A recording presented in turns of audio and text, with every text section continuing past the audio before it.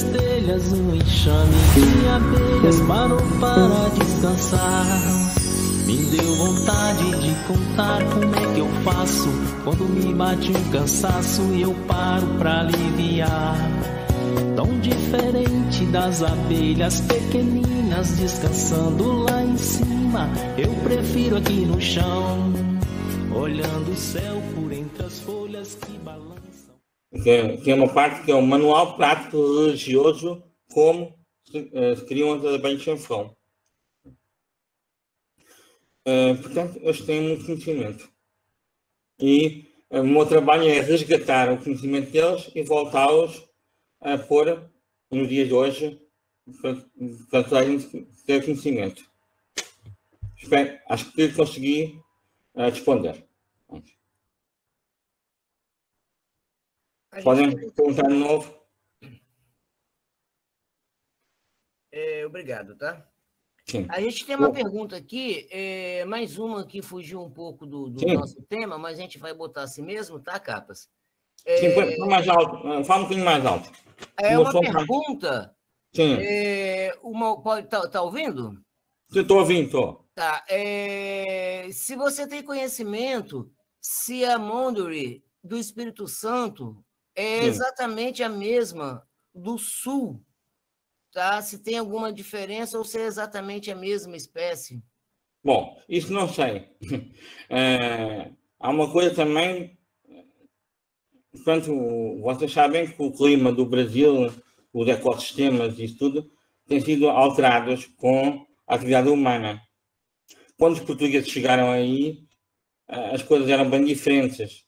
Certamente, espécies de abelhas haviam em outros lugares que agora não existem mais. Isso não sei se é a mesma. Agora, eu sei uma coisa.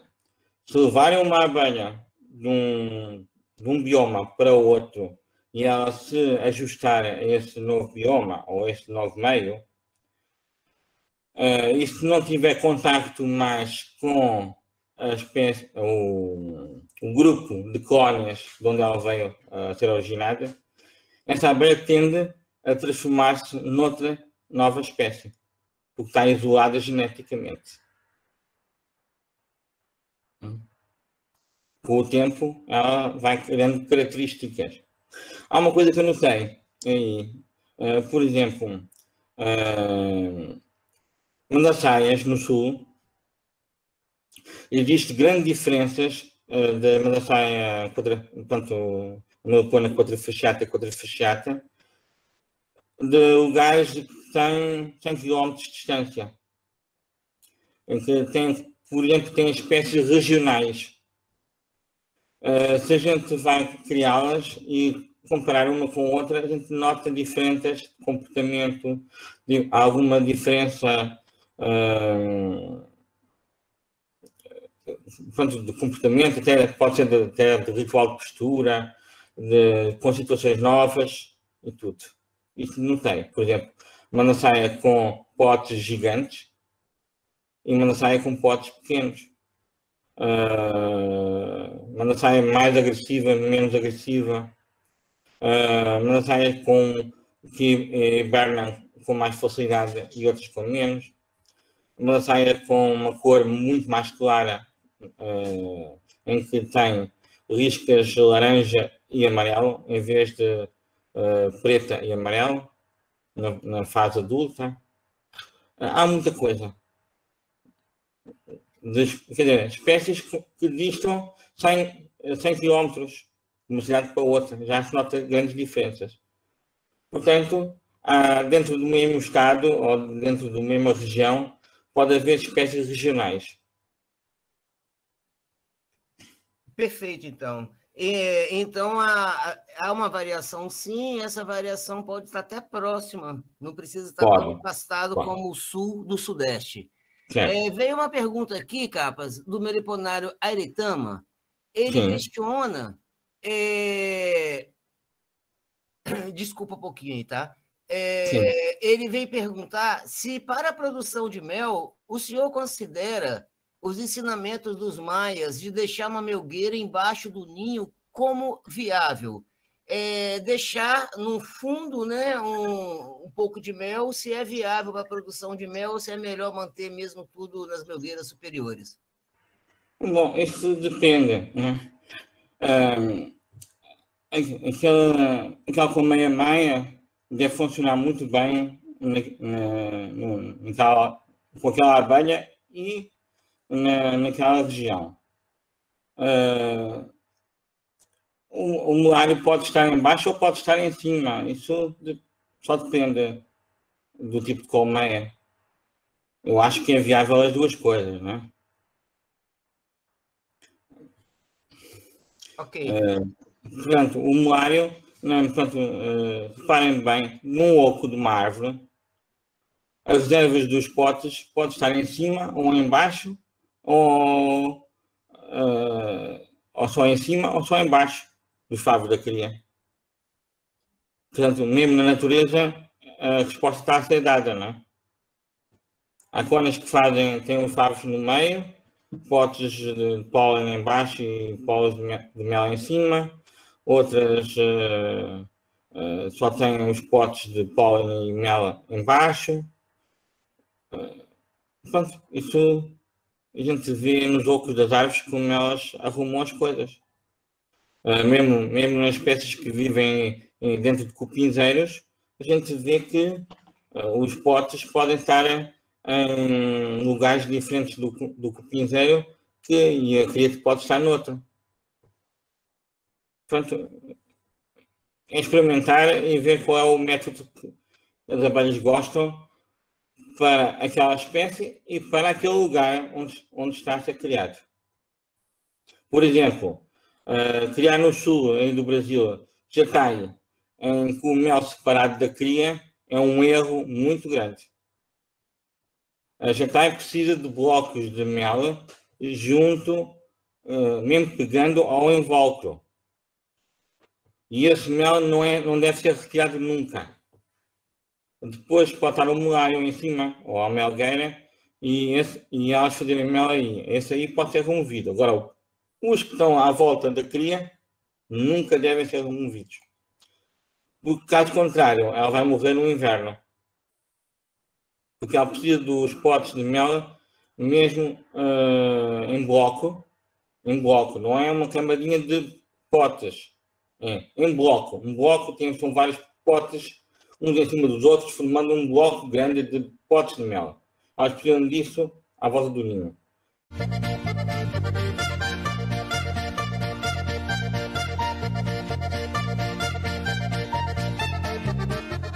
Bom, sobre os feromônios, vamos lá ver. Eu usei a observação para poder visualizar os feromônios. Claro que eu não cheiro os feromônios, não tenho capacidade de cheirá-los. Mas pela observação podemos visualizar. Podemos visualizar, por exemplo, o feromônio mandibular da rainha. É o bafo que a rainha liberta. A rainha liberta um bafo e a obreira que está à frente da rainha foge. Como se fosse intoxicada. Isso observa-se muito bem nas rainhas de Apis mellifera. A rainha de Apis mellifera, ela liberta o feromônio mandibular real para afastar as obreiras, para poder ter livre acesso, poder caminhar para ir buscar uma célula para pôr o ovo. Ora, nos meliponídeos acontece uma coisa parecida. Ela dá um bafo e a gente depois vê o que é que a obreira faz.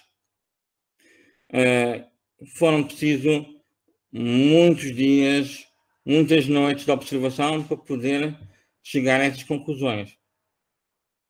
Depois conseguiram, por exemplo, um ritual padrão de postura. Conseguindo o ritual padrão de postura, eu consigo saber a reação da rainha e das obreiras e o que é que está uma a fazer e o que é que está a outra e a resposta. E é uma coisa que vai alterando dia a dia. Por isso eu consegui, como estava sempre a observar e a escrever no diário das colónias, tudo o que estava observando, eu consegui apanhar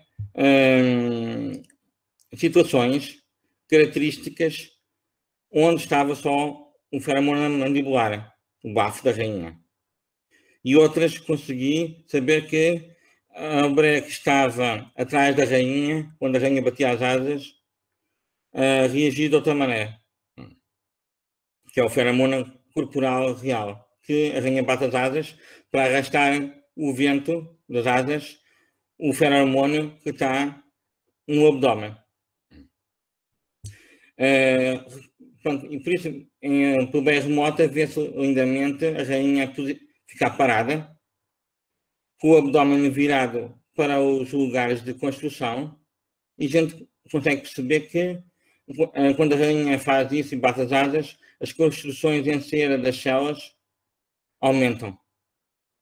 Também percebemos que a rainha, quando acaba de pôr um ovo e essa célula é operculada, a rainha anda por cima do favo e, se estiver com atenção, consegue perceber que ela usa a ponta do abdômen para marcar um lugar na borda do favo. E nesse lugar surge uma célula de cria em construção. Portanto, são pequenas, muita observação, muitos detalhes, muitos diários de colónia, de ritual de postura, e de colónias diferentes, é que me levaram à conclusão dos feromônios. Agora, os feromônios mandibular nunca vai variando com a idade da rainha, vai variando com muita coisa. Um feromônio não é uma substância só, é um conjunto de substâncias químicas que mudam conforme a rainha é fecundada, não é fecundada, se é fecundada há pouco tempo, se já é uma rainha fidogástrica. Tudo isso faz com que os feromonas se alterem.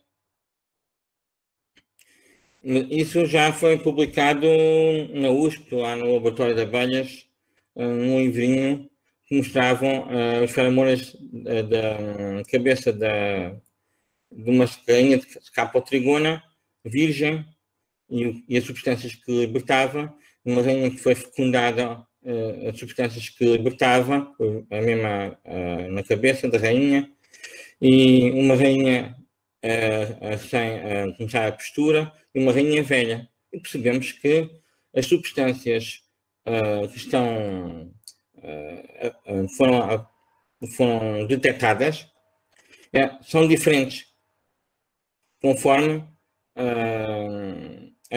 o estado da rainha. Ora, isso acontece com os outros feromonas todos. Mas com a observação a gente consegue. E se usarmos, se soubermos já, primeiro pela observação a gente consegue perceber isso. Mas para saber as substâncias, a gente pode usar o nariz eletrónico. É uma sonda que faz análise do produto químico que está a ser libertado. Se puder uma colmeia com um visor e que puder uma sonda que se possa pôr ao pé da rainha, ou na parte da cabeça, quando ela está no ritual de postura, a gente consegue ter uma leitura de várias substâncias. Isso, pronto, para químicos, podem muito bem fazer teses desse trabalho, mas precisam de se basear primeiro em trabalhos de comportamento. Porque um químico só fazer isso sem perceber do resto, acho que não vai chegar a lado nenhum. É o que eu penso. Eu queria agradecer aqui a resposta, né? E acho que tem mais uma pergunta minha que já estava tudo bom. Logo na sequência, com relação nós chamamos aqui na meliponicultura, quando uma colmeia, né, uma colônia lá começa a postura só de obreiras, né, das campeiras, só nascem machos. Sim. E nós estamos chamando, né, na meliponicultura como abelhas zanganeiras, né, ou colmeias zanganeiras, né. E aí eu já tenho ouvido alguns colegas que conhecem os seus estudos que dizem que não é bem zanganeira, não é outro, deveria ser. Na meliponicultura, abelhas campeiras que estão fazendo postura. Isso eu gostaria que eu não gosto de usar o termo zanganeira. Primeiro, em Apis mellifera, aí pode usar o termo de zanganeira, porque as operárias geralmente não põem ovos. E quando as operárias começam a pôr ovos, são obreiras rainhas poedeiras. Agora, nos meliponídeos, a coisa é muito mais complicada. Porque a rainha pode pôr ovos de macho, de zango, não é? Mas raramente o faz. Quem o faz, as posturas de machos, maioritariamente são as operárias. Quando fazem? Quando a rainha pede para a operária pôr um ovo, e a rainha pode, por exemplo, um caso em plebeia remota. Temos, por exemplo, uma série de 50 células a serem construídas ao mesmo tempo. A postura é sincronizada. Então a rainha pode dar como se diz, ordem para encher as células. Todas as células são cheias de alimento. A rainha depois pode pedir a alguma dobreira para pôr o ovo e ela não põe nenhum. E ela vai pôr os ovos noutras células.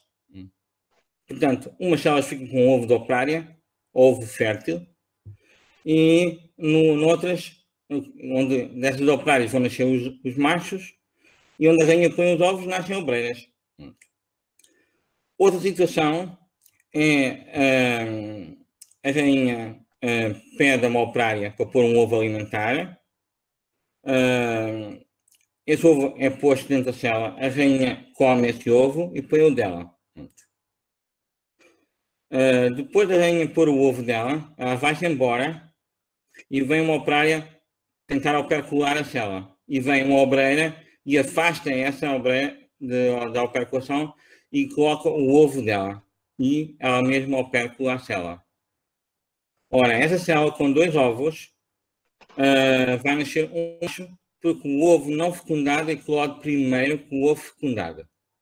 Então a larva masculina devora a larva feminina e por isso nasce o macho.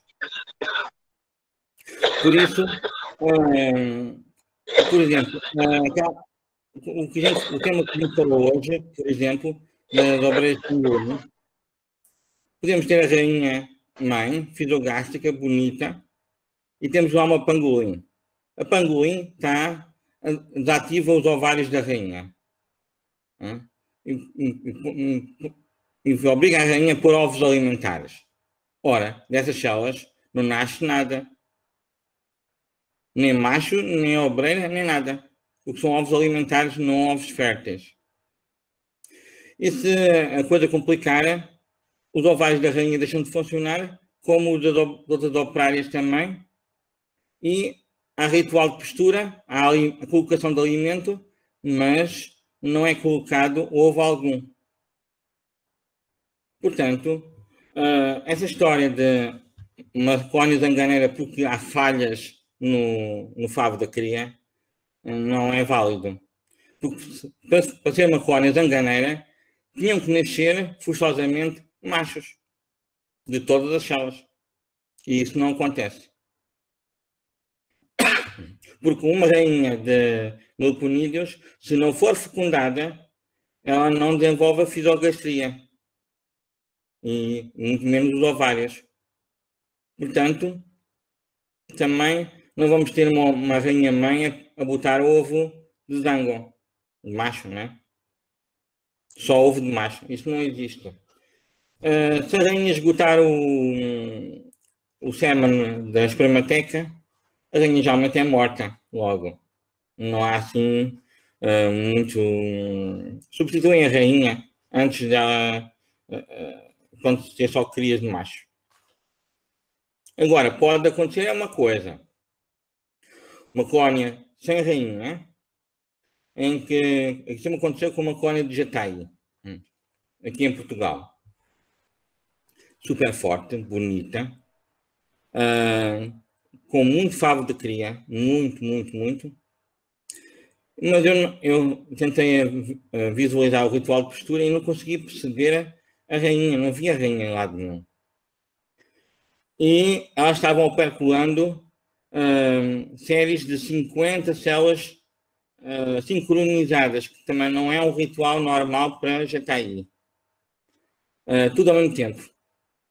E eu tive horas a ver o ritual de postura e percebi que eram só as obreiras rainhas não fecundadas que estavam pondo ovos. Os favos eram bonitos, não tinham falha nenhuma. Aí sim eu posso chamar a uma colónia zanganeira. Então, se isso é uma colónia zanganeira e o favo é igual ao favo normal, como é que eu distingo? Não há maneira de a gente distinguir. Um meliponicultor não pode olhar para um favo e dizer isto é zanganeira. Não pode. Porque o favo com machos é um favo normal. Sem falhas, sem nada. Bom, é isso que acho que tentei acho que consegui responder essa pergunta. Por isso eu não gosto que chamem colónia zanganeira. No fundo, o que vocês querem dizer é uma colónia com problemas. Está com problemas de postura. É o que podem dizer. Por exemplo, em Guaraipo, todos os criadores de Guaraipo têm de verificar o segundo favo. Não é o favo de cima, é o favo inferior. Porque a postura é sempre feita no favo de cima.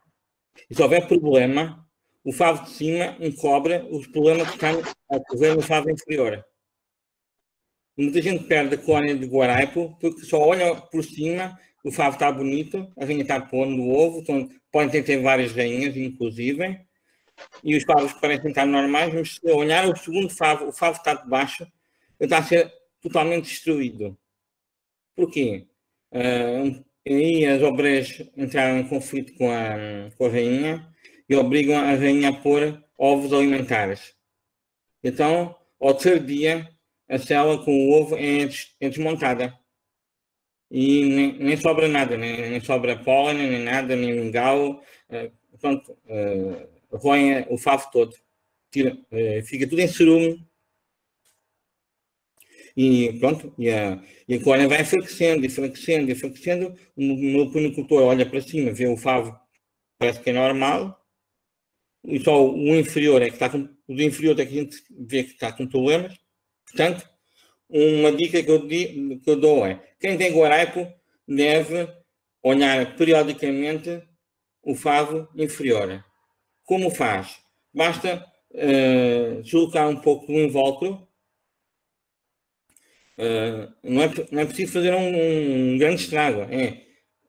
Descasca um pouquinho do invólucro com muito cuidado, dá uma olhada e fecha de novo. É isso. Bom, ok, muito obrigado. Mais perguntas? O Marcelo Marques tinha levantado a mão. Marcelo, se você tiver pergunta para fazer ou comentário, abra o microfone, a câmera e faça. Tem, Marcelo? Não tem, não. Eu estava manuseando uma peça aqui e foi sem querer. Não tem pergunta, não. Muito obrigado, viu? Ok, alguém mais gostaria de fazer alguma pergunta nesse momento? Pode abrir o microfone, um de cada vez, né, por favor, e perguntar. Podem fazer perguntas complicadas, não há problema. É verdade. Quanto mais, melhor, né? É isso. Vai lá, Ramon. Você levantou a mão, pode mandar, Ramon. Pergunta. Professor Capas, boa noite. Mais alto, que eu não estou a ouvir. Tá. Não sei se o senhor consegue me ouvir agora. Melhorou? Está muito baixo ainda, Ramon. Está muito baixo. Tá. Pode passar para alguém, eu vou tentar melhorar aqui. Ô, professor, posso fazer então? Pode? Marcelo, muito bem, com toda a sua pesquisa, a pergunta é sobre a relação da Lua com a multiplicação dos enxames. Eu perdi um pouco da palestra porque eu precisei buscar um parente aqui, não sei se o senhor falou a respeito. Se tem uma Lua mais propícia... Sim. Com as fases da Lua eu não sei bem, quer dizer, pode haver alguma relação. Só que eu ainda não consegui perceber. Certamente nos códexes maias, quando no ciclo lunar, talvez a gente consiga saber alguma coisa também. Talvez, por exemplo, lembro-me agora de umas figuras do mural de São Bartolo, onde existe o ciclo lunar e a lua nova apresentava na mão uma vasilha com potes de mel. Não sei o que é que isso quer dizer. Se tem a ver com a colheita do mel ou não. Sei que tem uma vasilha com potes de mel. A lua nova, portanto, tudo escuro, não é? Agora, não sei mais como responder, não tenho conhecimento. Não, está ok. Mas existe, existe informação. Agora, encontrá-la e interpretá-la é que é complicado. Entendi. Ramon, faz uma nova tentativa, Ramon, e depois do Ramon, acho que a Cristiane, se não me engano, também pediu a palavra. Agora. Tá, eu coloquei o microfone, não sei se o professor me escuta agora. Tá bom, tá ótimo. Melhorou bem então, agora, Ramon. Sim. Professor Capas, o senhor falou sobre aquela doença que acontece em apis mellifera, né? Que ela não ocorre em meliponíneos, que é a varroa. Sim. O senhor pode explicar melhor por que não acontece em meliponíneos? É muito simples. As larvas de apis mellifera são alimentadas por uma operária que vai dando, a gente aqui em Portugal chama amas, seria o equivalente a vocês chamarem babás. Portanto, as abelhas babás alimentam as crias na boca. Primeiro com geleia real e depois mais tarde com pólen e mel. Nas abelhas sem ferrão, isso não acontece. A célula é construída, a rainha manda encher a célula de mingau, larval, e depois bota-se o ovo e a opércula fecha-se. Ora, a varroa não tem hipótese nenhuma de entrar na célula. A célula está fechada. A varroa também não vai parasitar ovos, ela parasita larvas grandes. Portanto, a varroa não tem hipótese nenhuma com os meliponídeos. E além disso, os meliponídeos têm umas mandíbulas mais potentes que apis e matam facilmente uma varroa. Eu posso te informar que já foram vistos ácaros de varroa em ninhos de vespas paulistas. Só que também não tem sucesso nenhum. A larva da vespa é carnívora e às vezes pode comer a varroa. Portanto, a parte biológica das abelhas sem ferrão não é compatível com o ácaro da varroa. Observando aquele vão por entre as telhas, um enxame de abelhas parou para descansar. Me deu vontade de contar como é que eu faço quando me bate um cansaço e eu paro pra aliviar.